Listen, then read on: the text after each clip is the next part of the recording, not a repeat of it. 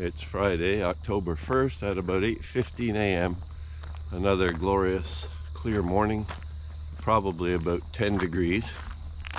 That feels quite nice with a light coat. We're here at Wheatley Provincial Park for our last night. And the plan was to come back today, go back home today, but we might try deking into Rondeau on the way back one more time, thinking that cutting through Toronto might be easier on a Saturday morning than during a weekday morning.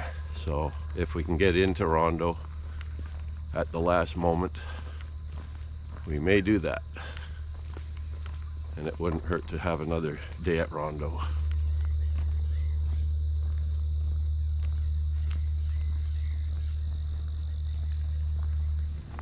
So here's the reason for the closure of the road to the picnic part of Wheatley Provincial Park. You can see where the old road went around out here, and then a few years ago it just got totally washed out by a storm, I guess, or high water levels on Lake Erie, and the old road access is gone. I'm not sure how much further out it used to be, but I guess it obviously went out quite a ways out here. So now from the eastern side, approaching that road washout, you can see here again the road came up, and obviously there was a good chunk of land out here, much further than you see here, to hold the road. They wouldn't have built it right on the edge of a cliff, so the land would have stuck out quite a bit here.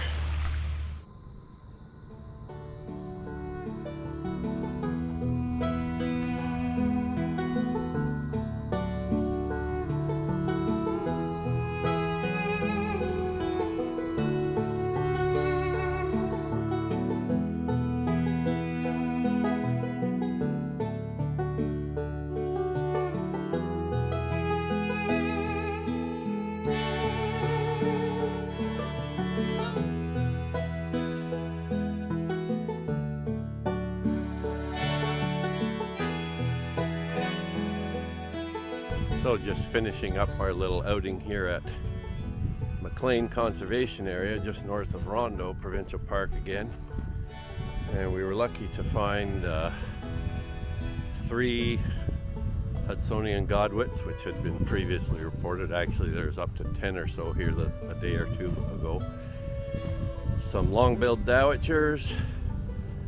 Had a nice golden plover circle over the field a few times and then head off to the west.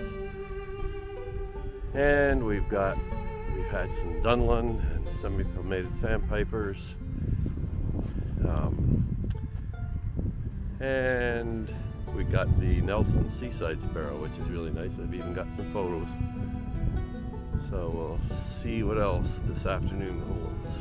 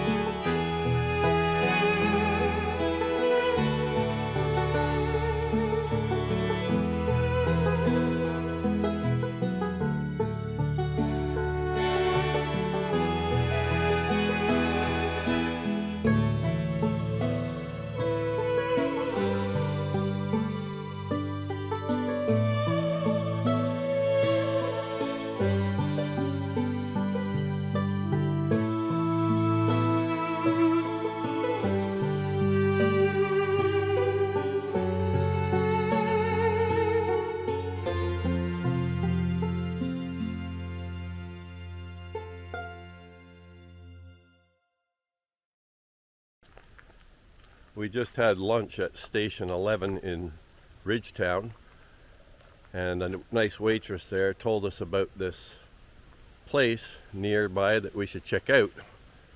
And it turns out it was the Clear Creek Forest Provincial Park, and it's an old growth forest set within a largely agricultural landscape, and we just come to here today and it really looks beautiful right now, the first views of it.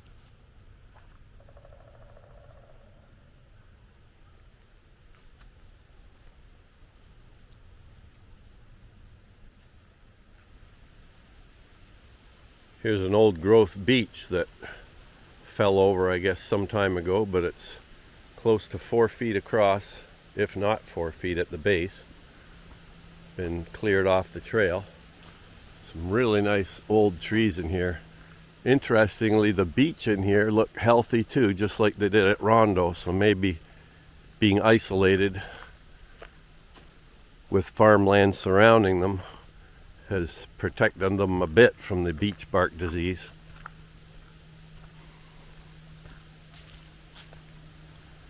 Just a picture looking down into the valley here where there's a small stream that winds through Clear Creek Forest. One of the beautiful characteristics of old growth forests, and one that is seen here clearly, is the openness of the understory. So you get the larger, older trees that form a dense canopy high up, and the younger, smaller trees can't really survive or compete very well, so you tend to end up with a forest that's dominated by larger, older trees and fewer smaller or medium-sized trees, which gives you a very open look to the forest.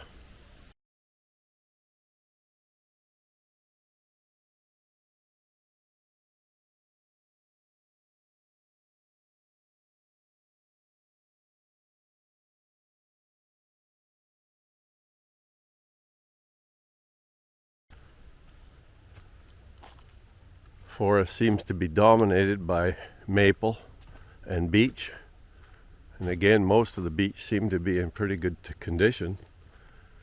There's also remains of old ash trees that I guess were mostly killed off with the emerald ash borer. Large bowls of trunks sticking up with broken tops and just simply dead standing wood. Beautiful example of a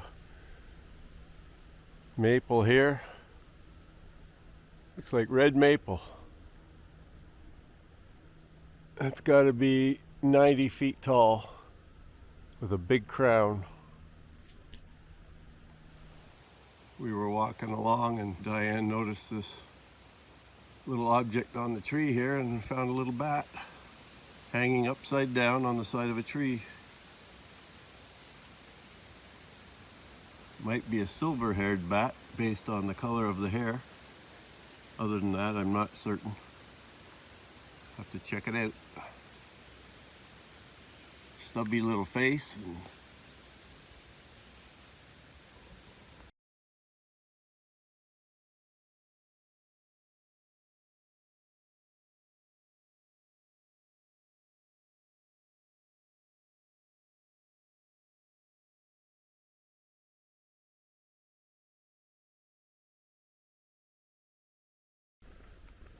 We walked the short little trail through the old growth forest at Clear Creek Forest Park. We're now walking north back along Duarte Road to the parking area, and then we're heading back to Rondeau. It was nice to see this old growth remnant preserved for future generations.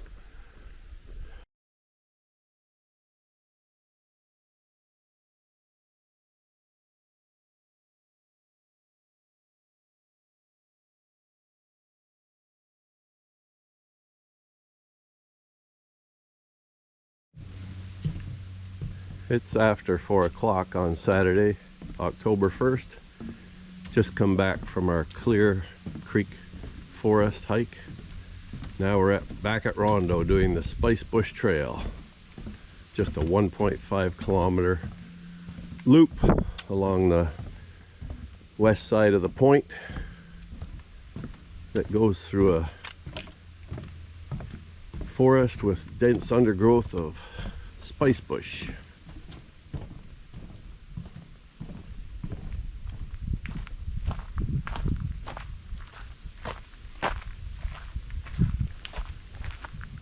The spice bush is all going yellow at this time of year. I can see a whole bunch of birds up here. They're white-throated sparrows flitting about in the underbrush.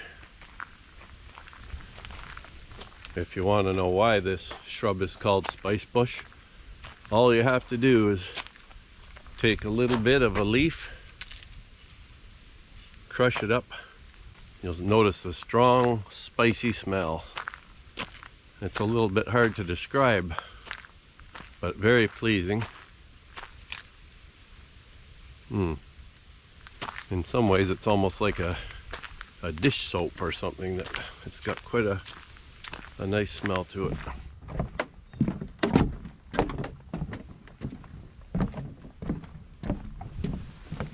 Spice bush has been used by Native Americans and settlers for many years for treatments of various ailments.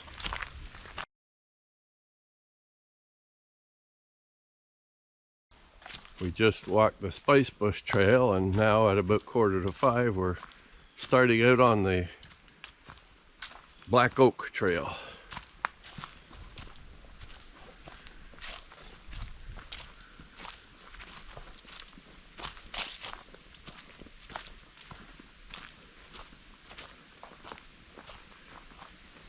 So this forest is a mix of the black oak, as we've noted from the trail name, but also tulip tree, understory of both hop hornbeam and American hornbeam, as well silver red maple combinations, and scattered pine.